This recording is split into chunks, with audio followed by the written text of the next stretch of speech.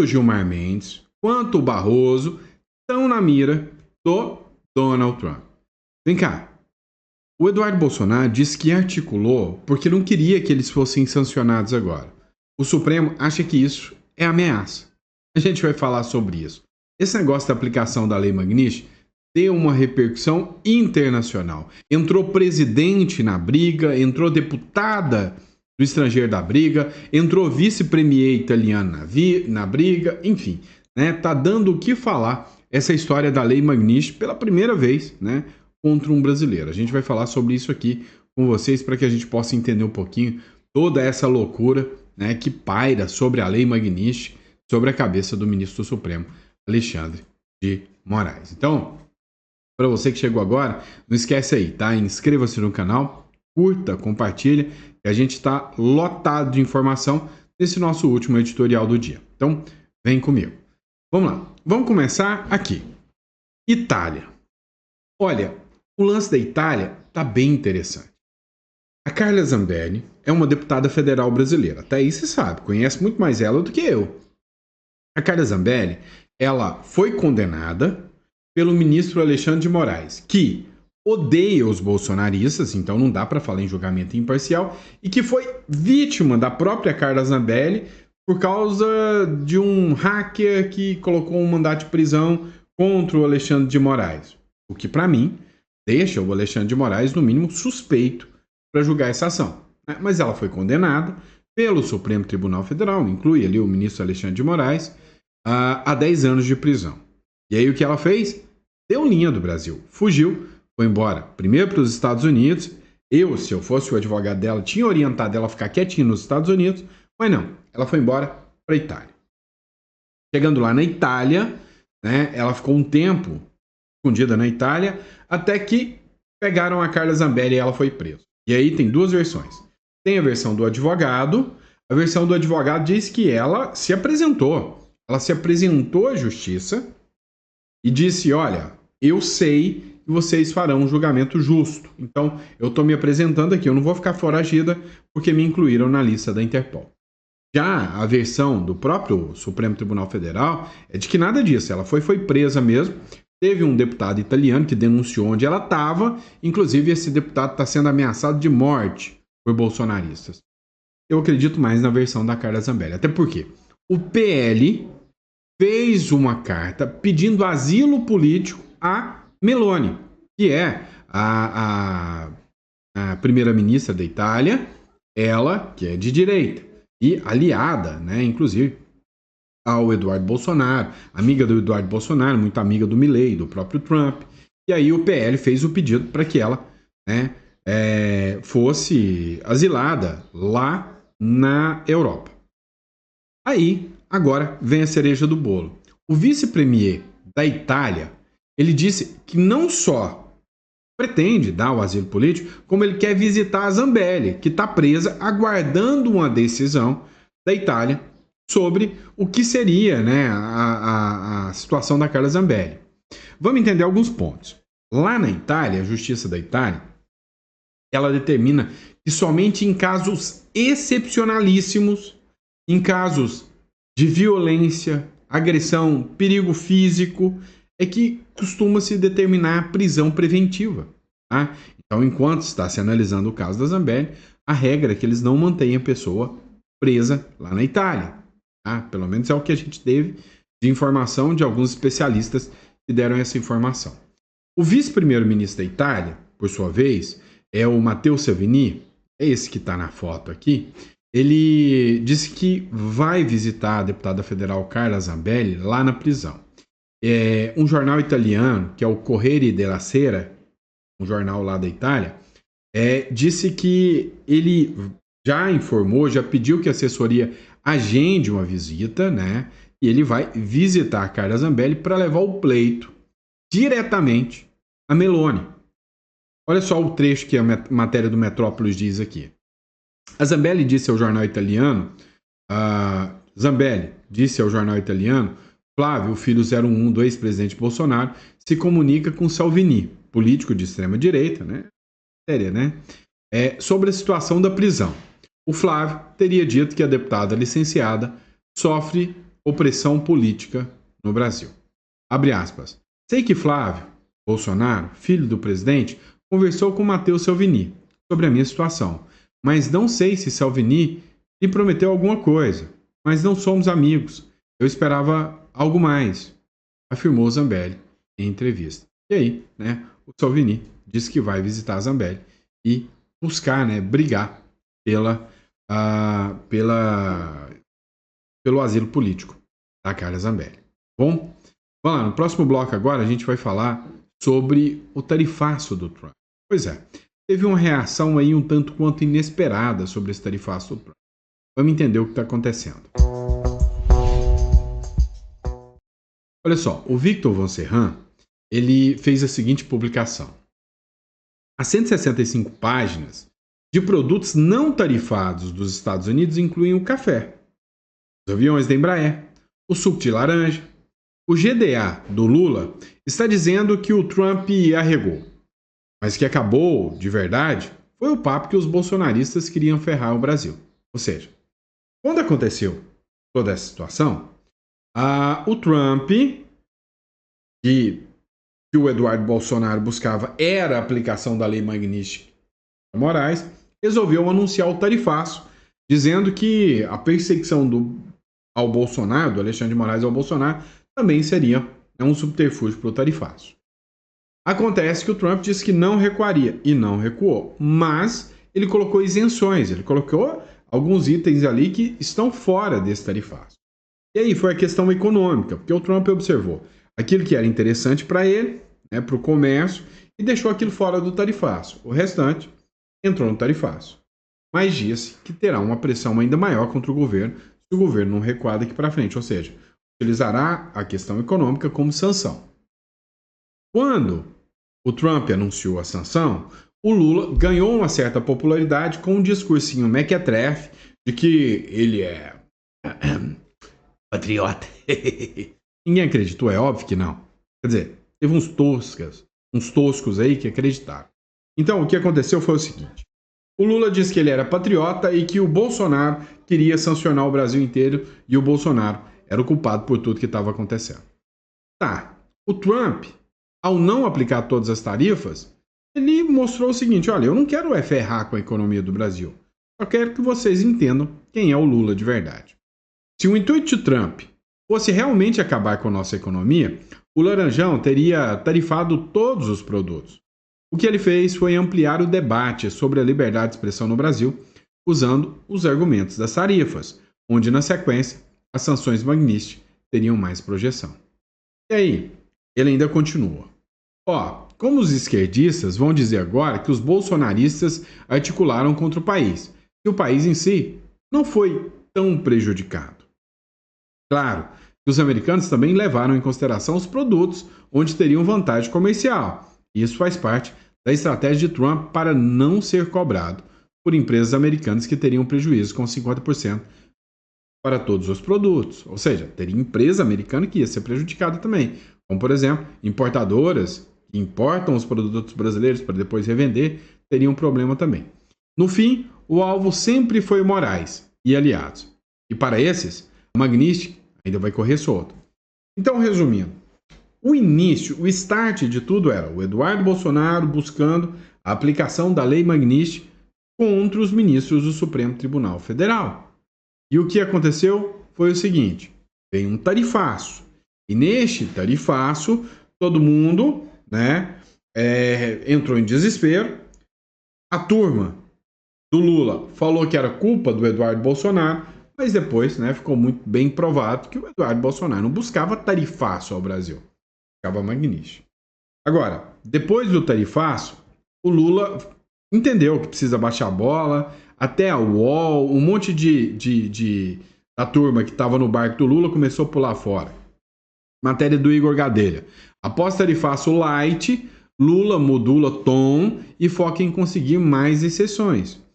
O Donald Trump deu 700 exceções, para que os produtos possam entrar em diálogo. Mas é o seguinte, olha, eu estou te dando essas exceções aqui, mas é bom você maneirar o tom, senão a gente tira essas exceções.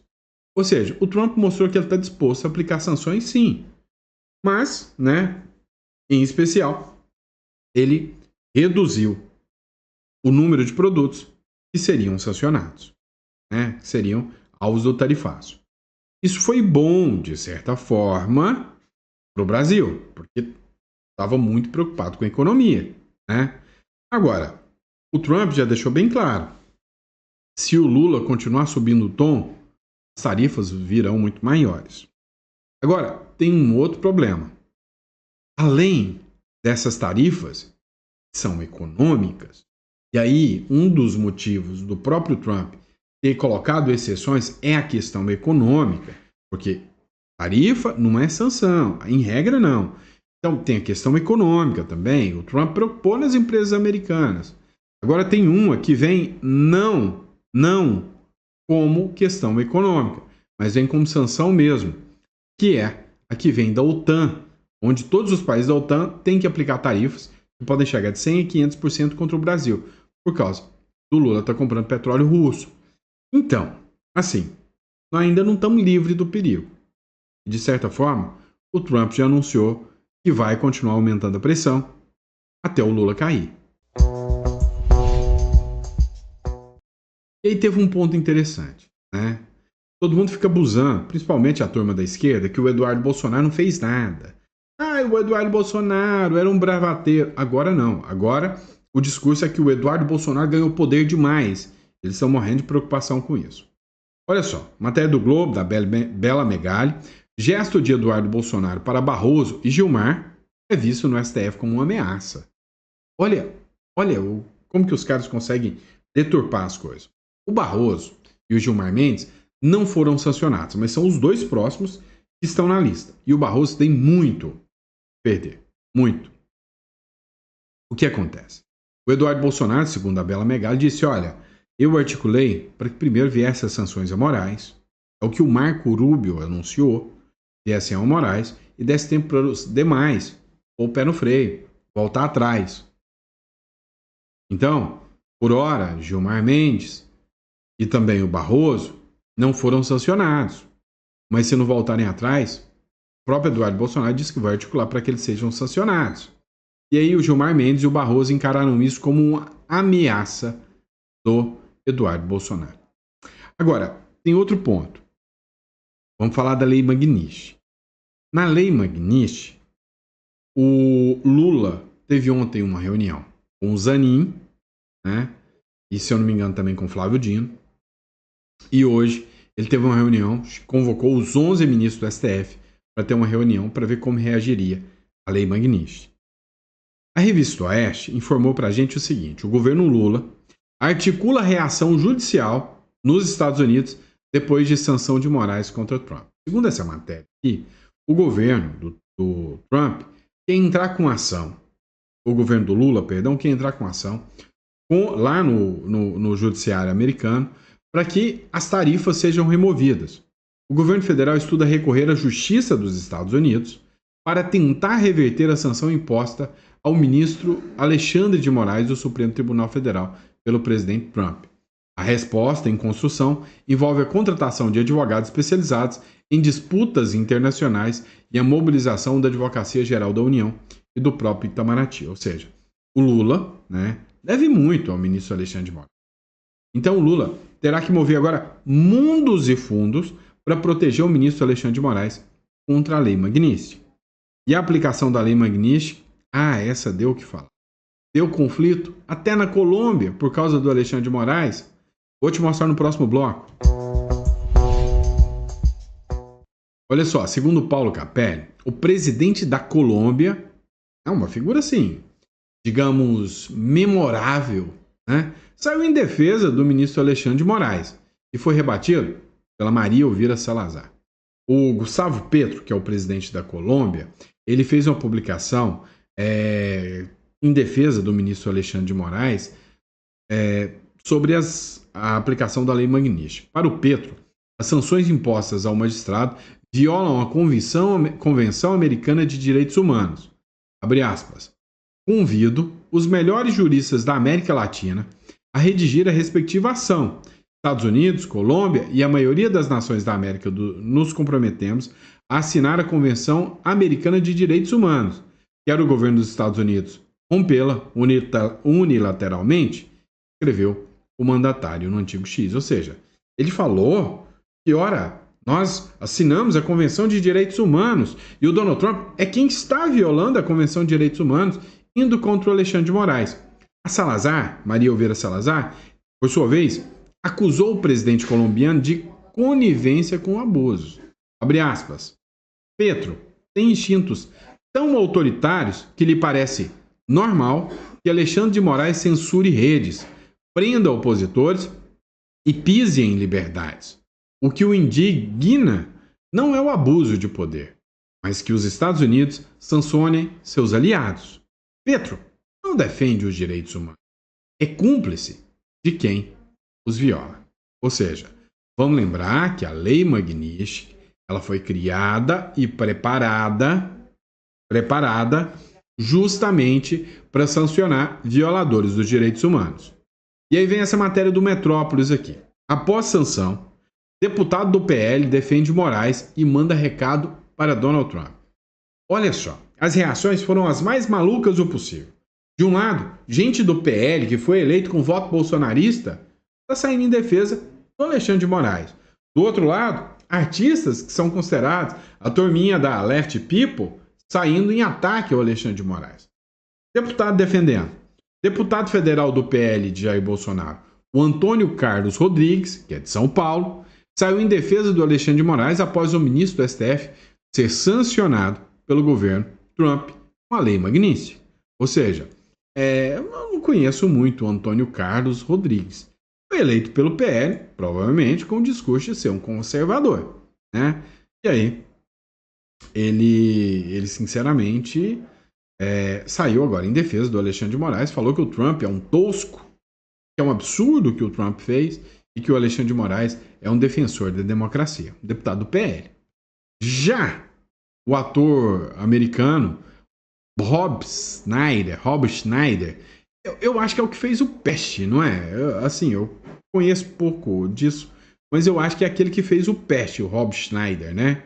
Ator americano diz que Moraes não poderá comprar sua alma de volta se quiser. Ou seja, a Lei Magnitsky, né, é a sanção total, né, econômica. Então ele não vai poder comprar nem sua alma de volta.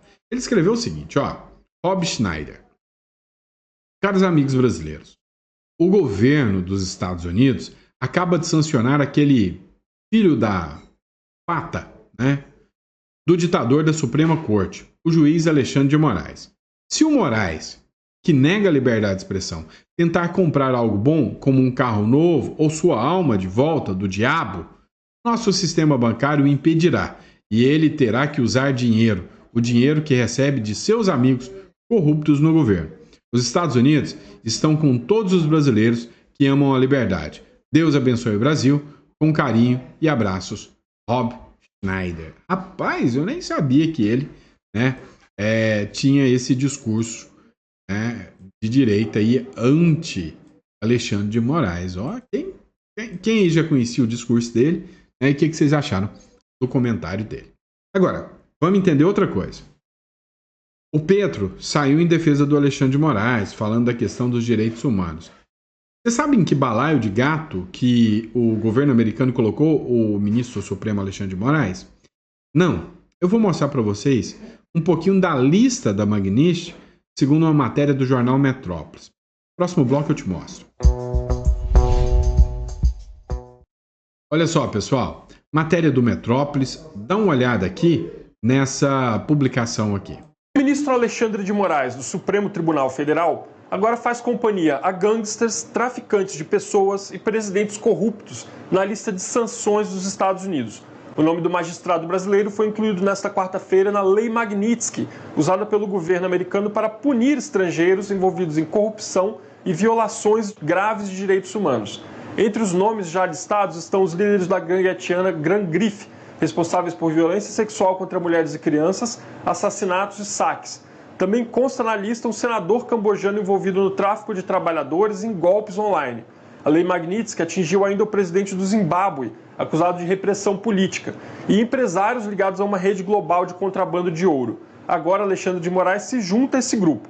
Segundo o governo dos Estados Unidos, a sanção foi motivada por sua atuação no STF contra o ex-presidente Jair Bolsonaro e também por decisões que atingiram redes sociais, parlamentares e jornalistas. A Lei Magnitsky, que foi criada em 2012, já puniu mais de 740 pessoas. O principal efeito é econômico: bloqueio de contas, bens e acesso ao sistema financeiro dos Estados Unidos. A lei recebeu esse nome em homenagem ao advogado russo Sergei Magnitsky.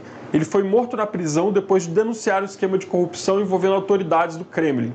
Com a inclusão de Moraes, a crise diplomática entre Brasil e Estados Unidos sobe mais alguns degraus. Nessa sexta-feira, devem entrar em vigor as tarifas de 50% dos Estados Unidos contra os produtos do Brasil. Pois é, você viu a lista, né? A listagem de quem está ali. Agora, lembra que eu falei para vocês que o presidente americano, lembra que eu falei para vocês, né, que o Donald Trump, o Marco Rubio, eles querem limpar a esquerda da América do Sul? Aqui na América do Sul tem dois países. Um deles é a Venezuela, está, né, com uma ameaça total de eliminar o Maduro. Já na América Central, né, tem a questão de Cuba, América Latina, né? O Marco Rubio é descendente de cubanos. Ele mandou um recado, uma mensagem para o povo cubano dizendo o seguinte, ó, em breve Cuba será livre. Saluda al secretario de Estado de los Estados Unidos, Marco Saúdo a todos vocês, aqui é o secretário de Estado Marco Rubio. E queria tomar unos minutos para enviarle este mensaje Queria enviar alguns minutos, né, tirar alguns minutos para enviar essa mensagem que eu gostaria de expressar fortemente. Quero expressar-lhe fortemente nosso apoio. Primeiro, quero agradecer a nosso jefe de missão, Mike. Primeiro, eu quero declarar o nosso apoio, agradecer ao chefe de missão, Michael Hammer, por haber convocado esta reunião em uma fecha tão importante. Por haver convocado uma reunião numa data tão importante. 11 de julio del 21. Es un día que para nosotros marcó un cambio, una nueva época en lo que está pasando dentro de Cuba. Y sé que o dia 21 marcou para nós uma nova data, uma nova época, que muda tudo que está acontecendo dentro de Cuba. Esos videos del pueblo cubano en las calles de la isla exigiendo Eu sei que esses vídeos do povo cubano nas ruas da ilha, libertad y el fin de una dictadura ilegítima, exigindo a liberdade e o fim de uma ditadura ilegítima. Uma inspiração enorme para esses que estão fora da isla. É uma inspiração para todos que estão fora da ilha. Que amam a liberdade e que esperam e têm a esperança de uma liberdade para que amam a liberdade, que esperam com a esperança uma liberdade para todos. Cuba no futuro. E vocês que estão aí, que não se rindem, nos inspiram a cada dia. Vocês que estão aí, que não se rendem, vocês nos inspiram a todos. E é um risco enorme, lo sabemos. Sei que não é difícil. Eu sei que é um risco enorme, nós sabemos que é difícil. Dentro dessa isla escrava, dentro dessa isla oprimida. Dentro dessa ilha de escravos, dentro dessa ilha de oprimidos. Enfrentar-se a este régimen que hace todo lo posible para castigarlos. Enfrentar esse regime que faz todo o possível para puni-los. Ustedes, a sua família e hacer su vida impossível. Sei que castiga você, sua família e faz sua vida impossível. Que para muitos é mais fácil abandonar o país que quedar-se aí. Eu sei que é muito mais fácil abandonar o país do que ficar aí em Cuba. E enfrentar-se e pelear por el futuro de uma Cuba livre e soberana. E ficar aí, enfrentar e lutar por um futuro de uma Cuba livre e soberana. Pero quero que sepan que desde acá tienen nuestro apoio. Mas eu quero que vocês saibam que daqui vocês têm o nosso apoio. O apoio de nossa embajada, o apoio de uma comunidade nos Estados Tem o apoio da nossa embaixada, o apoio da comunidade dos Estados Unidos que assistem. Unidos que los miran a cada dia e que sabem que vocês estão sofrendo de la escassez de todo, medicina, eletricidade. A gente sabe que vocês estão sofrendo escassez de tudo, medicina, eletricidade, tudo, todo o resto. Lo demás. Y que saben que todo eso es el producto de un régimen que simplemente no sabe gobernar un país, no sabe E a gente sabe que isso tudo é fruto, é produto de um regime que não sabe governar um país. Administrar un país y que simplemente lo que le interesa es mantenerse en el poder. E que simplesmente o que quer é se manter no poder. Así que quiero que sepan que los apoyamos, que siempre tenemos su causa a frente de todo lo que hacemos, que hablamos. Saiba que sempre os apoiamos e que temos sua causa à frente de tudo que fazemos. De ustedes en todos los lugares donde nos dan la oportunidad de hablar y que rezamos todos los días. Que Dios lo bendiga a todos ustedes. Falamos de vocês sempre que podemos e rezamos todos os dias. E que Deus abençoe todos vocês e que Cuba em breve será livre. Y que Cuba pronto sea libre, soberana y independiente y que pueda, que su pueblo, que el destino de Cuba esté en manos de su pueblo. E que seja livre, independente e que o destino das suas mãos esteja no seu povo. Así que muchísimas gracias, que Dios los bendiga a ustedes. Deus abençoe a todos vocês. Pois é, a gente vê aqui, né, esse discurso do Marco Rubio. Vamos lá, pessoal, para encerrar aqui, né, a Globo ontem, né, depois que aconteceu a publicação do Donald Trump sobre a Lei Magnitsky, ele acabou por publicar, né, uma matéria falando sobre as sanções ao ministro Alexandre de Moraes e falando sobre a Lei Magnitsky. Assiste aqui comigo. O advogado russo morreu na cadeia, logo depois de revelar um esquema de corrupção de autoridades de Moscou. O nome dele era Sergei Magnitsky. Em 2012, o governo americano passou uma lei para punir os responsáveis pela morte dele. Em 2016, a Lei Magnitsky virou uma arma americana para punir violações dos direitos humanos e corrupção pelo mundo. Esse documento de 3.054 páginas é uma lista dos alvos pelo mundo da Lei Magnitsky. Entre os nomes, aliados do ditador Nicolás Maduro na Venezuela, Bashar al-Assad, que comandou a Síria com mão de ferro, e organizações terroristas como a Al-Qaeda. No começo da tarde de hoje, o governo americano anunciou o nome do primeiro brasileiro na lista. O Gabinete de Controle de Ativos Estrangeiros do Departamento do Tesouro dos Estados Unidos está sancionando o ministro do Supremo Tribunal Federal, Alexandre de Moraes. O secretário do Tesouro, Scott Bessent, voltou a fazer acusações contra Moraes. Usou expressões como caça às bruxas e fez críticas à ação penal contra Jair Bolsonaro por tentativa de golpe de Estado. Na sequência, o documento explica quais são as sanções a Moraes. Todos os bens e participações em bens de Moraes que estejam nos Estados Unidos ou em posse ou controle de americanos ficam bloqueados. Moraes também não poderá fazer qualquer transação com empresas ou bancos americanos. O professor de Direito da Universidade Columbia, Scott Anderson, afirma que qualquer instituição financeira americana que autorizar Moraes a usar seus serviços pode ser penalizada civil ou criminalmente nos Estados Unidos. E por isso, ele deve perder acesso aos principais cartões de crédito porque eles têm bandeira americana. Segundo o professor, o alcance das sanções não é totalmente claro, o que já provocou uma série de contestações na justiça. Bancos brasileiros que tenham um acordo com instituições americanas, por exemplo, também poderão bloquear Moraes por receio de sanções. Moraes também fica proibido de entrar em território americano.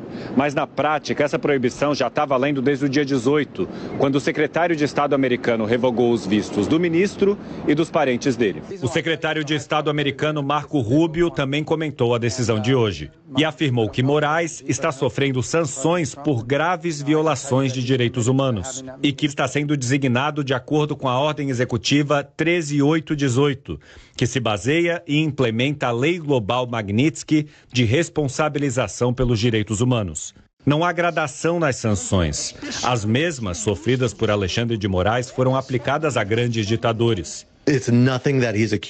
Para o professor, a punição a Moraes é bizarra, porque ele não está envolvido em um regime que abuse dos direitos humanos, como o Irã. Ele diz que isso pode acabar minando a credibilidade e a força das sanções. O professor afirma que Moraes pode recorrer à justiça americana. Um advogado russo...